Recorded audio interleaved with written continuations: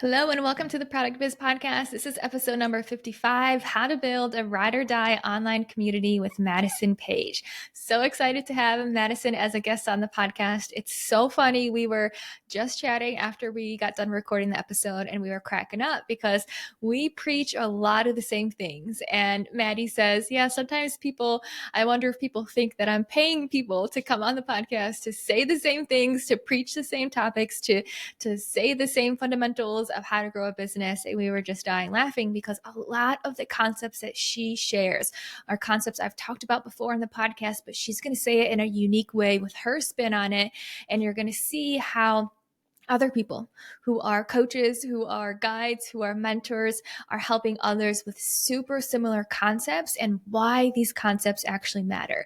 So what we're going to talk about today is how to build a ride or die online community, how to actually show up and build hype and show that your products are in demand to get people eager to buy your products, how to use emotion and logic to get people to purchase your products, how to really get people to visualize themselves using your product, and how to further such a build engagement with them to get them talking to you in the DMs, commenting on your Instagram posts. If that is something that you struggle with, this is going to be an amazing episode that Maddie's going to share her strategy and her insights with you on how to create that ride or die online community on Instagram for your small business.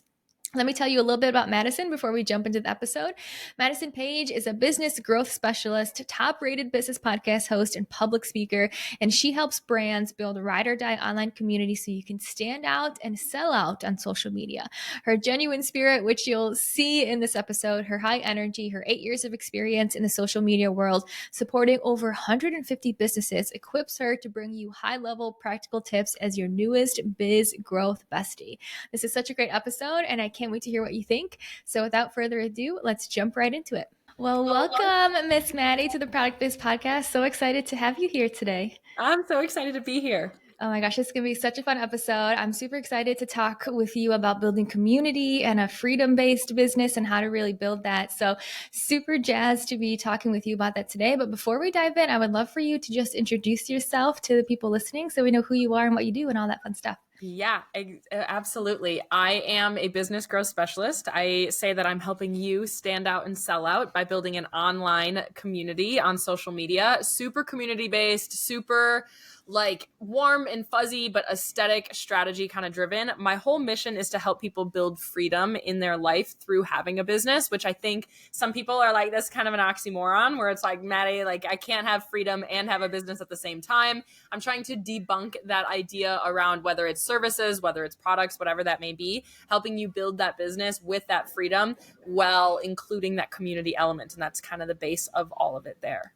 Oh my gosh, I love it. And I love what you said about building freedom because that's essentially what everyone wants, right? Like we want freedom of time. We want freedom of money. We want freedom to do whatever we want to do. But a lot of people, when we're actually building our business, it's like the opposite, right? You're actually working more hours, spending more time, spending your weekends working on it. So tell me a little bit more about like the freedom-based side of business. Like how do you teach that? What are some of the main principles that you talk about for people to actually get the freedom that they've wanted from the beginning when they started their business? Yeah, of course. And I am not here to tell you that like, just post these 6 things and like you'll make 100K passive months. Like I understand that's not how it works. And that's not what my like freepreneur lifestyle kind of mission is. But I am all about having balance in your life. And like you said, so many people, they're like, it's the grind, it's the hustle all day, every day. And I had a business like that. Like my family owned an adventure resort my whole life. So since I was like 12 years old, I guess. And I was the operations manager at 17, running a business of like with like 40 staff members. And it was seasonal, April to October. But through those months, like I wasn't even out of high school yet. And every single weekend I was there. When I was there, I was living on the property, working 16-hour days, like literally would lose like 20 pounds a summer by just like, and I would come to the end of the summer and I'd be like, what even just happened? Like there would be 8 weeks out of the summer that I was just like, I don't even remember because it was so busy, so just like hectic of like getting everything done, getting it all happening. And we would put 50,000 people down activities, whitewater rafting, ziplining, paintballing, all that stuff, cabins, camping, and I was the main manager on the property. And when I was starting my own business, I was like, I don't want that. Like, I can sit in my pajamas and work my little business on my laptop, like going to coffee shops, doing my thing, and enjoy life and still have this business. And so that has kind of been the main mission behind everything that I've talked about forever in my business, is having that balance. So what that really looks like is needing structure, needing strategy, having solid foundations of your business in place, as well as automation and understanding when to outsource, and realizing that not everything can fall back on you. So when you take a step away from your business, it's still working for you. Having content that has longer lifespan, having content that lives longer for you, having a community that even if you take a week because you're sick or something like that, your community's still there being like, hey, where are you at? Like, I miss you, showing up online. And so it's more so having that like tight knit strategy that really works even when you aren't showing up. So you can guilt-free take a day off, guilt-free go on your trip. And I mean, there's time location, there's financial location, there's even just like task freedom, not location. There's time freedom, location freedom, all of those things, financial freedom, but even just like task freedom that allows you to do what you want to do. And I have people all the time, they're like, Maddie, I'm not a graphic designer, or like, I'm not a photographer. Like, I don't take good product photos. Go get a product photographer. Like, if it's not your zone of genius, go out and like have somebody do it for you. I know it's going to be more expensive, but it's also going to get done properly, where you're not going to feel like you don't even want to put those photos out that you just spent 24 hours trying to take all the pictures, because it's actually like they're done right. You know that you'll like it, and it's something that you didn't have to do. Oh my gosh, I love that so much. And I love what you said. It's not like don't work, right? It's like put the structure in place and outsource. And my business coach always says this, like structure leads to freedom, because then you have a plan, then you know what you're working towards, and you can get help in certain areas. So it's not like you're reactive and instead you're being proactive.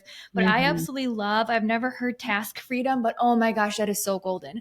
Like task freedom is huge. And I was just having a conversation with my clients, two of them actually, where one of them has just been busy with kids being sick and visiting family, and another one that just had like life stuff happen. And that's the exact thing that I said to them. I'm like, there's a difference between when you're truly running a business, which is when you are away for a week or two because life happens, that your business is actually still growing and still running without you. And a lot of people, I think this is such a great conversation. A lot of people, it's so interesting.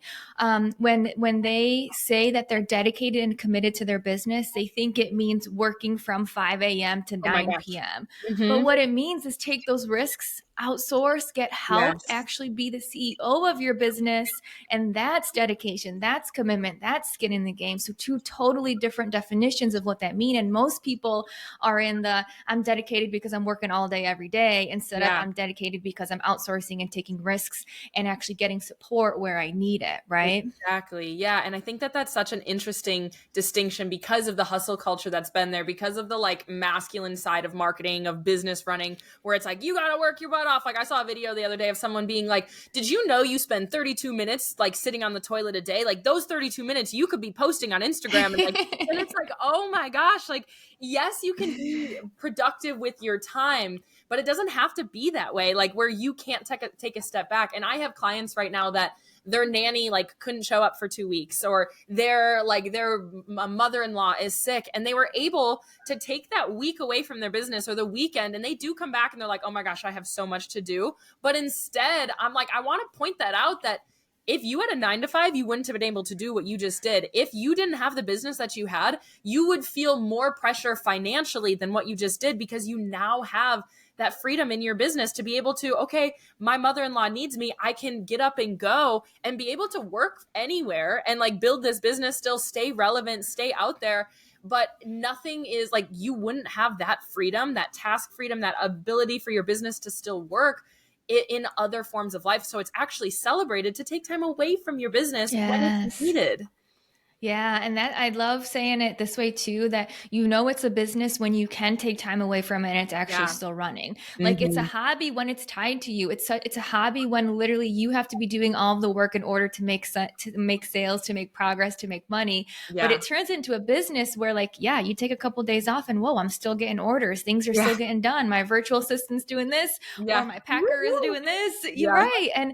And that's what really excites me, because that's when people start to realize like, wow, this is truly actually a real business. Yeah. So I want to ask you, because what I find, and I'm totally on the same page with you, with like professional photos, right? Professional Yeah. branding, graphic design, outsource Mhm. with the specialist, even though it's going to cost you money, it's going to save you time. Exactly what you said. How do you position that to people though, who are maybe in a strict financial position? Is there anything in particular you say to them, or how do you really pitch that to get people on that side with you? Totally. And I support people through, like, the majority of my clients are getting like 2 consistent sales. I have a lot of clients that have consistent sales and we're scaling, and I understand they have more wiggle room for the hiring and everything like that. So for those consistent people that are trying to get to those consistent sales, they might have a little bit tighter of a budget. I would say that the main focus there is that community building. Then it's getting that community of guaranteed sales, that people that love your business, people that love what your business stands for, focusing more on meaning of your business, like getting more of those foundations really set to have that community. Where I have clients that are like, Maddie, I know every time I launch, every time I run a sale, I'll get right around X amount of dollars. Like, I know I can do this and it's guaranteed and it's there and it's predictable. And that's really what you're looking for. And then once you get to that point, it's a little bit easier to be like, all right, it's time to outsource. It's time to get this specialist to come in. It's time to hire that product photographer, because that's what I hate. Like, I don't like doing it. I'm done. Like, I don't want to do it anymore. And that's okay. And so I guess people that have a stricter budget is focusing more on community building rather than like pushing numbers all the time, having more variety, having more lifestyle around your business, that allows people to latch on. Like, people a lot of times are like, well, I just need to sell. I need those sales to come in. So I'm just going to push sales all the time. But instead, if they take a step back, focus more on the connection, the meaning behind their business, the message they're trying to convey, it allows people to feel way more connected and way more like tapped into what you have to offer. I love it. So tell me a little bit more about how people can really build that type of connection. Because one thing Mhm. that I teach my members, and would love to know your spin on this too, and maybe it's completely different, but I always tell people to really, when, marketing is essentially the emotion behind it. So for Mhm. example, if you're selling candles, you want to be portraying the candle on the nightstand and someone reading a Yes. book, or a candle on the kitchen counter next to some flowers, like the actual experience of the end user. So then when they see Mhm. it, they're like, oh, that's what I want. A nice relaxing night, my Yeah. kids in bed, me reading a book with my candle, right? So that's one way that I like to teach like marketing and really connecting with people. But tell me more specifically on, I know you talk about building a ride or die online community. So what Yeah. are some of the key aspects on how to actually do that? Yeah, and the like aesthetic lifestyle side is absolutely there. And I think there's this big push to be like, we don't want aesthetics, like we want it to be more raw and real. And that is absolutely. We don't want it to be everything is perfect. Like, life is great when things aren't always that way. However, 90% of people are visually motivated, meaning if you aren't aesthetic, you are actually speaking to about 10% of your possible people. And so Mm, having that lifestyle, having that, like, putting people in the mind, how I like to phrase it is putting people in the mind of already owning your product. Like, when they own your yes. product, how are they going to feel? What is it going to look like?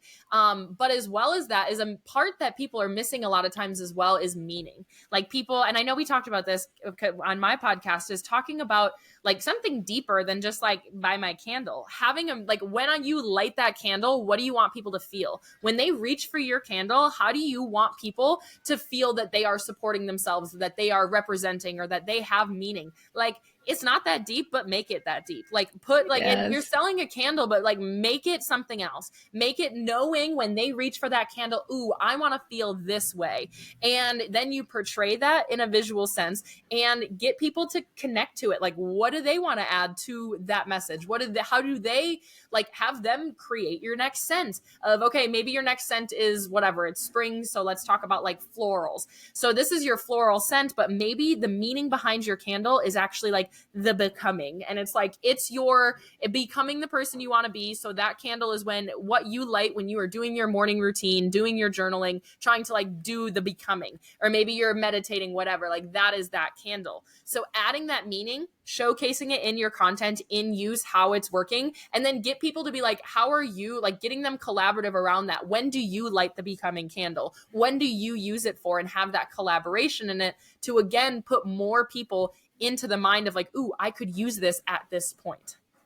Ooh, I love that question that you said at the end, like, when would you use this or how would you use this? Because then you're actually taking that one step further, not only visually showing them, here's what it looks like in actual experience, but Yeah. now you're asking them, like, how would you use this? And they're like, oh, well, I would use this in my morning routine or when I'm Yeah, meditating or when I'm doing yoga. And then you're exactly. actually taking them that one step further. I love that. Mhm, and you're So, putting them in in that terms, oh, place. Oops, sorry. You're putting them in that place of like when they would actually use it again, making them feel like they already own it. They're like, ooh, it's like a longing then. They're like, I want to use this at yeah. this point. Beautiful. So, where does this live? Is this like an Instagram caption and an Instagram post we're talking about? So, have like a reel showing the experience, have your caption talking about the actual meaning of the product, and then have that question at the bottom to get people engaging and really building that community. Is that how this comes into like tactical real life? Yeah, and I think that you can use it in multiple ways. It's hard because I like to say that your Instagram feed should be like a magazine of your brand. You want the aesthetics there. You want people to feel the value of what your business, like everything. If your dream brick and mortar store came out and was like, "We want you, make us a magazine of everything that you're about, so we can know that you are exactly what we want." The meaning behind your brand, what you stand for, the things you don't stand for, your product education, when to use it, the benefits, all of that, as well as the aesthetic lifestyle side, make that on your feed. And then your stories is where you have a little bit more of that collaboration, that connection. Like that is actually where like that community is held more on your stories than anywhere else. Instagram doesn't have the same culture anymore of like a ton of comments and a ton of information there. It's funny because a lot of the other platforms still have that, where like TikTok and all of Facebook, like there's a lot of comments going on. And so your Instagram stories is where you can incentivize that collaboration. So even if you make that into a reel, and I would mix it around every once in a while, but you can make it a reel, have it in the caption for people that enjoy like commenting and having that collaboration, but also open up the conversation on your stories. And then you put a little story sticker out there that says, when would you use this? Like, here's us using it here. When would you use it? And then you can share those different story responses for people to be like, oh, it's a testimonial. It's showing that you're in demand and showing that people are using it and loving it. And it's giving people ideas of like, ooh, I could use it at that time too. Have all of that engagement, put a link, buy this becoming candle here, and show like right away, have that like very natural general call to action added to it. I love it. And I love how you said show that it's in demand because what Yeah. I talk a lot with my clients is like showing social proof, right? Show the Mhm. DMs, show the questions, show the reviews, show the comments. Anytime anything like that happens, take a screenshot, pop it in your stories. But I love the flip on words. Instead of saying like just show social proof, show that it's in demand, that Yeah. people are asking, reaching out to you and talking to you and conversing. I absolutely love that. So tell me a little bit about community building because I hear this from some of my members that they're doing this stuff in terms of like asking questions and trying to get their audience to engage. But sometimes it doesn't happen right away, right? So Yeah. talk a little bit about what's required. Is it just showing up and it's okay if you're talking to no one for a little bit? It'll come with time. What's your guidance in terms of Yeah. that topic? As such a good question because it is hard. It's like you're actually making somebody take, and it's funny, like looking at how I consume. I am not somebody that's like engaging with all of these people on social media naturally, like when I am just mindfully like myself scrolling. But when you do think about it, like you have to make somebody take time out of their day to type something up, to send it to you, to engage or hit the button, whatever. And so the hardest engagement to get from somebody is the first engagement. Once you get one, it's easier to get two. I like to call it like it's their mental connection tallies. Like every time they engage with you, it's like a little tally of like, oh, I'm connected to this person. Oh, another one. Like, oh, I was talking to him here. And like community is a two-way street. So having some sort of like background like communication to them as well, asking for their opinion, also talking back to them in the DMs, in the comments, liking, commenting on their stuff. However, when it's easiest to get that first tally is on something that has nothing to do with your business. And so if you have been doing these things, but it's like, which pattern is your favorite? Do you like this scent over that scent? Like really business focused. People like, we put a quick stiff arm up to being sold to all the time. Like we're like, I don't want it. And so like, well, the perfect way to do it is put a poll out there that has nothing to do with your business. Do you drink coffee or tea in the morning? Do you like, are you a summer person, a spring person, a fall person? Like which one is your favorite? Like, and make it a little bit more deep than those. Those are obviously very like easy, but have it be something that, or like talk about like a personal story, like show up, be yourself, and then like ask them a question. Like this morning, I put my face, my boyfriend and my picture on the like old face filter, and I put it on my Instagram stories, and I was like, why do we look like the hip grandparents that go to a nightclub? And I had so many people, I was like, wrong answers only, like what are we doing for fun? We looked ridiculous, and it was so funny. People, like the responses people got, and I started getting new responses back, and it had nothing to do with my business. And that is that type of content. Like the first engagement is the hardest to get, and a lot of times it comes from something that has nothing to do with business. That's why you need variety in your content. That's why you need more content than just pushing sales, because if you're just pushing sales, no one wants to engage with an advertisement, and that's like essentially what you're doing if you're doing it that way. So to get that first like that first engagement is posting something that has nothing to do with your business, being a little bit more personal. Your most engaged content will be more personal content that people can relate to because they know what to say back. And kind of starting there and then building into that more business style of engagement. I love it. I heard that from someone else too, that one strategy that she does is every single morning on her Instagram story, she does a poll like that. That's not necessarily business related. It's tied in like maybe a little bit to maybe her values, or it's somehow tied in a little bit. So it's not like totally out of the blue, but yeah, I love what you said of it being not entirely business related. So then you get that first little interaction, and then it just kind of opens the floodgates for them to interact with you more. Totally. I absolutely love that. I think that's such a good idea.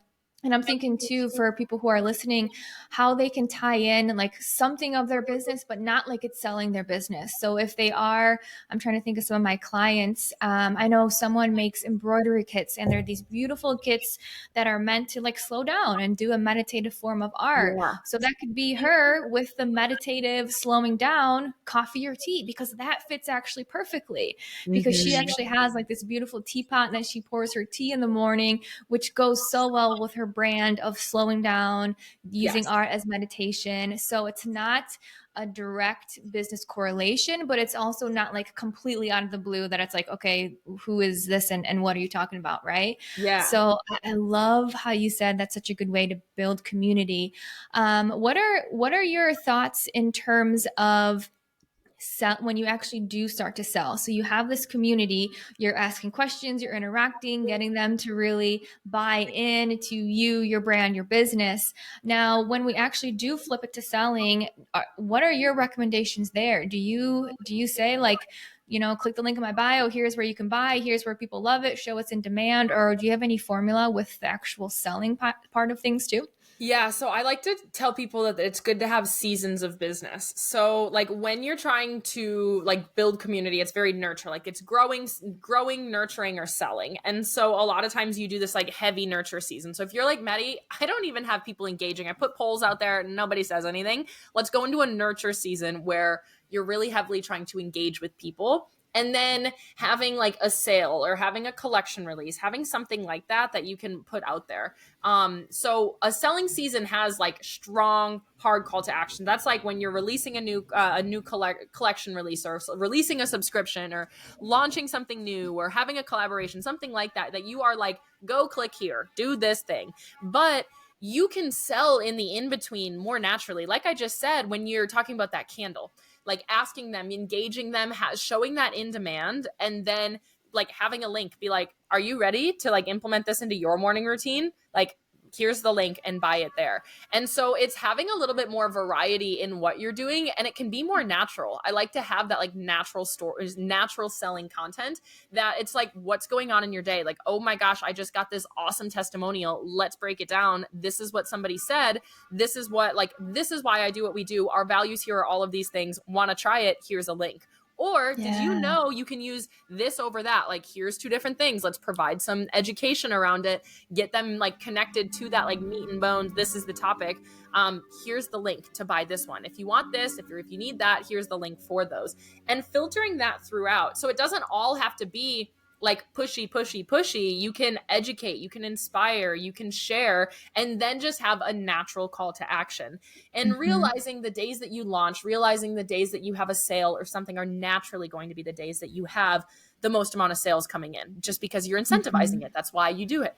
But you should have sales throughout, but you do still have to prompt them. You're kind of trying to warm somebody up enough, build up that intrigue, pique their interest, their desire, all of it, and get people there. However, people don't want to eat at a restaurant with an empty parking lot. How many times have you like driven by and like driven to a restaurant and then all of a sudden you're like, wow, this place is dead. Like, why is nobody here? Or on the contrary, like a new restaurant pops up and their parking lot is overflowing. You're like, I gotta go there. Like, people clearly love it. And that's the vibe that you want. The Stanley Cup, like the Stanley Cup that everybody's dying over. The only reason people love it is because there was scarcity there and that it was so in demand and there was so much conversation around it. So how can you use that? It's a marketing thing is why that cup did so well. There's a whole story behind it, how like they discontinued it. This marketing agency came in and was like, this was your best product. Let me market it for you. They marketed it and now it's their number one best-selling product and it's viral everywhere.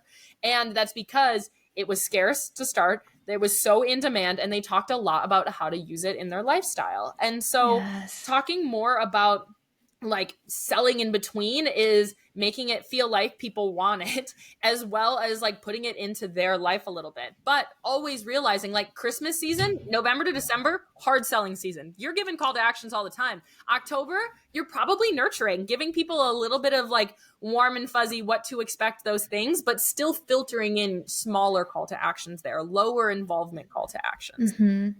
Yeah, I love it because that's definitely something that I teach with my members too, is selling through educating. Selling through talking about the benefits of the product, how to use it, what is it for, where do you use it, how do you use it, selling through showing reviews, showing it's in demand, like you were just saying too, because a lot of people think selling is purely saying, hey, buy this now.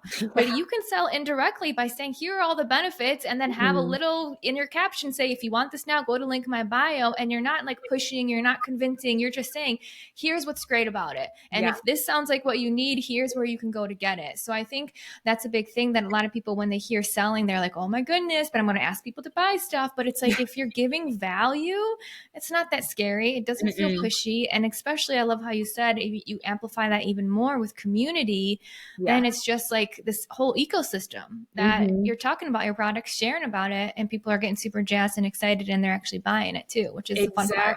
And sharing how they can use it. Like, it's like almost making them so intrigued of how many people, like, what's the hype here? Like, what is this? Getting that first purchase. And then they're like, oh, okay, I get it. I want to be a part of this. Like, it's like the FOMO. It's the, what the heck is going on here? And then when you educate, one of my favorite quotes in business is that people buy from emotion, but they justify on logic. So the emotion there, they're buying because they see the hype, they see the excitement, they see the lifestyle, the aesthetic, and then you justify by telling them the actual tactical benefits of it, giving them a little bit more of like, here's how you can use it. This is what it's going to do for your life. So then they're like, oh, like it's a practical purchase. How many times at like 2 a.m. are you scrolling Amazon and you're like, oh, I could use this here. Or like, oh, my husband and I could share this.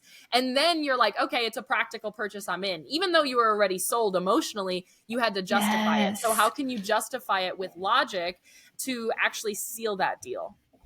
I love it. And how I think that works, if we talk about super tactically too, is like you were talking earlier, the visuals, super emotional, right? Visuals should be the person using it, how they would use it in their home in whatever instance. And then the caption can be more logical, the details, really explaining it.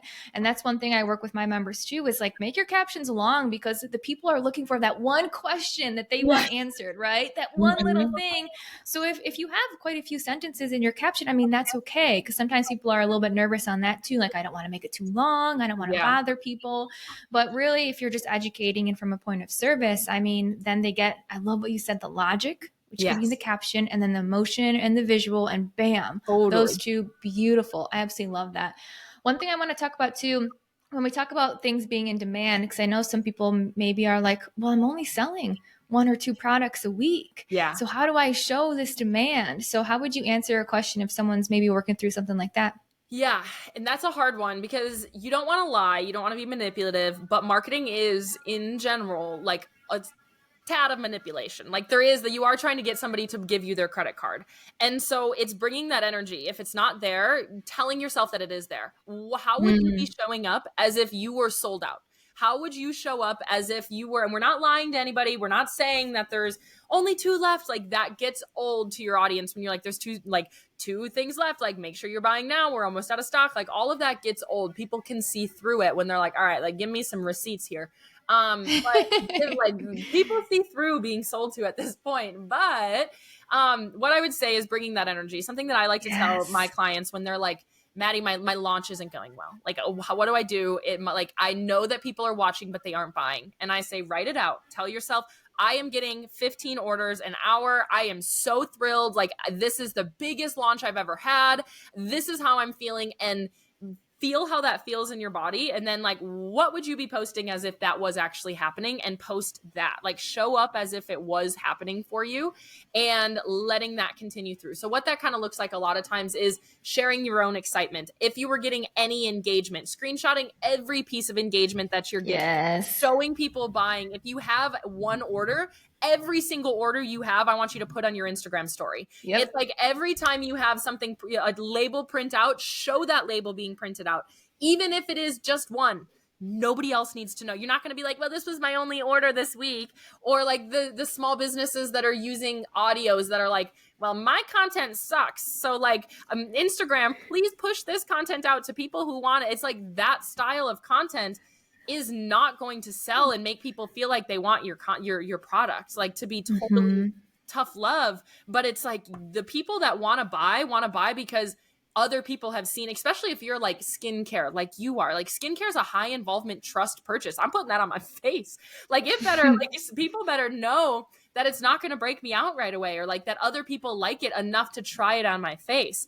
And so realizing that that's building trust, it's building that in demand. Every single order you get, you're putting it out there. If you got new packaging, you can be like, oh my gosh, I can't wait to send this out to everybody. Let me show you my new packaging that's going to go out. It doesn't have to be like, you don't have to come out and say like, I've only gotten one sale this week. Like you can just share from the place of already being in demand, and it will happen quicker. And any semblance of being in demand, you're screenshotting and you're putting it out there. You're giving people permission to react and to respond to you in that way. That's another big thing with community, is telling your community how you want people to engage with you. If you're getting a DM and you're like, oh, I just wish I could get more DMs like this, screenshot it and be like, I love when you guys send me DMs like this, and you'll get more of them. I find this on my podcast all the time, where if I say like, oh my gosh, I love getting DMs from you guys telling me just how much you're loving the podcast, feel free to reach out. Like, feel free to reach out anytime. I just love to hear that you are loving it, and I want to connect and I want to stalk your profile. And I see after I put that out there, I'll get a half a dozen people to reach out and be like, hey, I've been binging your podcast. New followers, new people coming in, new inquiries, because I gave them permission that that's something that I want. And so you can do that too. Tell people, I want you to do this. Like, I want you to send me video, like comments like this. Like, oh my gosh, this warms my heart. People need, in a world where people are, we're kind of awkward, we're kind of anxious about everything, we don't want to like be too like out there, we don't want to offend anybody, we don't want to like, people want to know like, okay, it's okay, like she's open to this. And so when you can get out there and show those screenshots, show all of that, people know, okay, like she's cool, we can do this, I can send this message that I've been feeling. Oh my gosh, I love it. So it's basically inviting them to like DM you, right? When you share a screenshot of a DM, you're inviting other people to say, yeah, I check my DMs. Yeah, I answer. Yeah, I'm excited when you DM me. So feel free to DM me. And then it leads to like this growing compound effect, which I absolutely love. But I love what you said of basically like holding the energy, right? If you don't feel quote unquote your products are in demand, you have to have that like day one energy of this is the best product ever. I can't wait for you to try it. You're going to absolutely love it. And that's one thing I tell people all the time is like that day one energy, you have to have that every single day because your sales are going to ebb and flow, and there's things you can do obviously, but that energy, that excitement of this is the best product ever. I can't wait to share this with you. I can't wait to share this with the world has to be there. And it's the hardest thing when those sales aren't there. But if you can master that, that's like a game changer because you know how much your product does help people. So you will show up and talk about it in that way, no matter if you're getting 10 sales today or 0 sales today, right? So I love what you said in that regard. And I tell my clients the same exact thing. If you have one order, that should be on your story. If you have one box going out, that should be on your story. And every single time, because then people don't realize all of a sudden 3 days a week, they see you with at least one package those 3 days. And they're like, Yeah. whoa, like she's sending some stuff out. I got to go to Yeah. her website and see People what the are hype liking is, it. right? Yes, exactly. Yeah. And I think a big thing to talk about as well is when we're business owners, we put so much of ourselves into our business that it becomes so personal. But a lot of times we have to detach our own like personal worth from our sales. Just because your business isn't seeing sales doesn't mean that you suck as a person. Like it means that we need to tweak some strategy. Like we need to tweak what we're doing, make some changes. And I think it's really easy when you're launching something and nobody buys to be like, why me? Like, why do all of these other people have this? But if we can detach our own personal worth, our own like thoughts on ourselves from how our business is working, it makes you look at it more from, someone told me once to approach your business as if it was a project in college, that like if you tanked a project in college, like it wasn't that big of a deal. Like of course you're gonna be a little bummed, but like you're not gonna be like, this is my whole personality that's just like gone, as opposed to it being like an extension of who you are, like your whole brand identity, or your whole personal identity, I guess. And so when your business is flourishing, you're like, I'm hot, like I'm doing good, like this is great. And then when your business isn't working, like when it's ebbing a little bit, and then you're like, oh my gosh, like what am I doing wrong? Why do people hate everything that I'm doing? So detaching your own like personal worth from your business results, I think, is a big part that's not talked about enough, especially when you're growing your business, like getting you to consistent sales.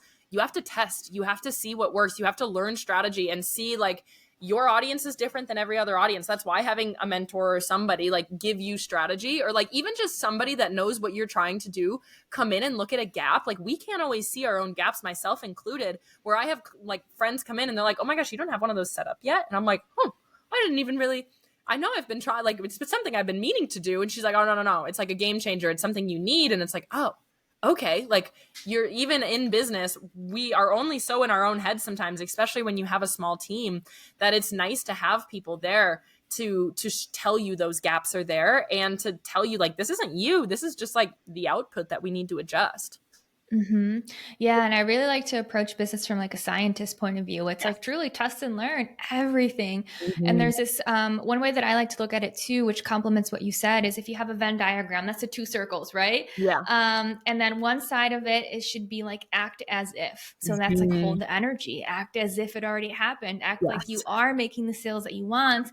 But then the other side is detachment Mm. and not taking anything personally. And it's that beautiful sweet spot right in the middle of the Venn diagram when you're Yeah. acting as if your goals came true and your dreams came true, but you're detaching and not making it mean anything Mhm. on the good side or the bad side. Because a lot of people will attach meaning when things aren't going good, but when things are going good, sometimes people attach meaning too. So it's even Yeah. detaching from like the good days, Good. right? Mhm. And just saying, hey, I'm here to build this business and see what it's capable of. And Yeah. I'm learning along the way, and everything's happening for a reason for me to become a better leader, a better business owner, Mhm. no matter what it may be. But I think that's like the sweet spot, right? Yeah. And not letting your current circumstances dictate your mood, dictate your energy. Because if you Mhm. do, then your energy comes down. Then you're not showing up on social media. Then you're hiding in the basement. Then you're wishing your sales were more, but you're hiding in the basement. So how are your sales going to be more when you're not showing up or doing anything and you Yes, get and it stuck in the snowballs. spiral? Mhm. Exactly. Yeah, I think Yes. people do that a lot when they launch and a launch doesn't work. It's like 12 hours into a launch where nobody's bought, they're like crawling in their turtle shell and they're like, shoot, like another one that's not working. But instead, taking the next 3 days to really show up as if people were buying and being excited Yes. about it and having that energy and keeping space for people to feel it. Like, okay, it takes a little bit of time to get those immediate sales. It takes a little bit of time to get people like setting alarms, waiting for your launches to happen. But what it doesn't take is for people to be intrigued enough. Like it takes a couple of days sometimes for some people. Not everybody has that need actualized as soon as you launch.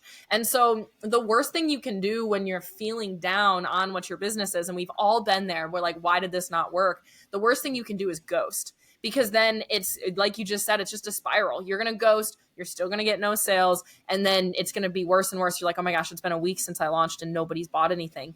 And then it's like, well, how did you show up to actually get like more sales coming in? And I think that is when you really have to sit down, write down, things are awesome, what's going on, like I got all of these sales coming in, and show up as that's actually happening. Beautiful. So that's the tool you would recommend for people. It's like journal as if it already happened, right? What type of energy, what type of state would you be in, and start to live into that, what you're writing on paper, right? Yeah, and some people are like physical like that on a paper. Some people are like mood board, visual, whatever it may be. Some people just like to read it. And a lot of times I think it's interesting looking at the love languages versus how like you can hype yourself up, because I'm super words of affirmation. So I can sit there and have my piece of paper that says like how awesome I'm doing written down, and I can read it and just be like, you're right, Maddie. Like you're awesome. Like you're crushing this. And I can use that. Some people want like, okay, an acts of service. Like, okay, what would I be doing? Like, how would I be treating myself? How would I be serving myself as if this was happening? Let's do that. So I think almost looking at your own love languages and how you can hype yourself up through that. Some people need to read it. Some people need to write it. Some people need to act as if it's happening. Some people need to see it visually, like look at the mood board, whatever that may be. And really just act, like I said, act as if your business is seeing that and sharing every semblance of being in demand. Beautiful. I love it. Yeah. So good. Oh my gosh, amazing. Awesome. So many good insights. Well, tell us, Maddie, as we wrap up, more about the programs that you offer and where people can find you. Yeah, I have all sorts of things, from getting to consistent sales to expanding your current sales to like really scaling and going into that like freedom-based like sanity program that's going to help you sustainably scale. So a little bit of everything. And so you can come hang out with me on Instagram at This Is Madison Paige. I have a podcast called the Small Business Growth Podcast that the majority of my people love hanging out with me there. I put out new episodes every Tuesday and Friday. And I'm exploring Lemonade, which is a new platform, and it's Madison Paige there as well. Ooh, okay. What is this new platform? I haven't heard of it. Oh, really? Yeah, there's a new social media platform called Lemonade. It's owned by TikTok, but it's kind of like a birth child of Instagram and Pinterest. So it's Pinterest style, like aesthetics and pictures. I think there's big opportunity for it for product-based Etsy, everything, because it's super aesthetic. Like it has, if you have a brand identity and you can really share that, but it's a little bit more lifestyle. So it kind of pairs those two like powerhouse things. And so it's like Pinterest, where it's very aesthetic. You're scrolling on like people you don't like on a For You page that you don't follow. And then when you click on it, it's like a little mini blog in the captions. You can write, it's photo based, which I know a lot of people are very excited about. And so I've only been on it for like a week, but I do see big opportunity for businesses and stuff on it. So, you know, it's too early to see if it'll stick around or not, but it's at least fun to play around on it. I love it. Awesome. Ooh. Cool. Well, thank you for that. That's something new that I learned, but I'll make sure to link your Instagram, your website, all that fun stuff. And before we wrap up, I just wanted to ask if there's any final words of advice you want to give to the small business owner that's listening. I know that's a lot of weight on your shoulder, but what would you end with for the people that are listening to this episode? My word would be to stop being so realistic. I have had people my whole life be like, that's an audacious thing to do. Like, why? Like, wow, like, what are you going to do when your business fails? Like, that seems a little bit too big. And I think being realistic, like realistically, what can you expect here is just trying to like dampen what your opportunity actually is. Because realistically, you can do absolutely anything that you put your mind to. Realistically, there's a lot of people out there that didn't think what they're doing now was realistic for them. And so realistic is so relative that if you stick to what feels realistic to you, you're thinking of yourself at such a smaller level than you actually can be. Ooh, so beautiful, so inspiring. So thank you so much, Madison. I know people will absolutely love everything that you shared with us today, and those ending words were just perfect. So just want to say thank you so much and express my gratitude, and I look forward to seeing what comes next with you. And thank you for being a guest on the Product Biz Podcast. Thanks so much for having me.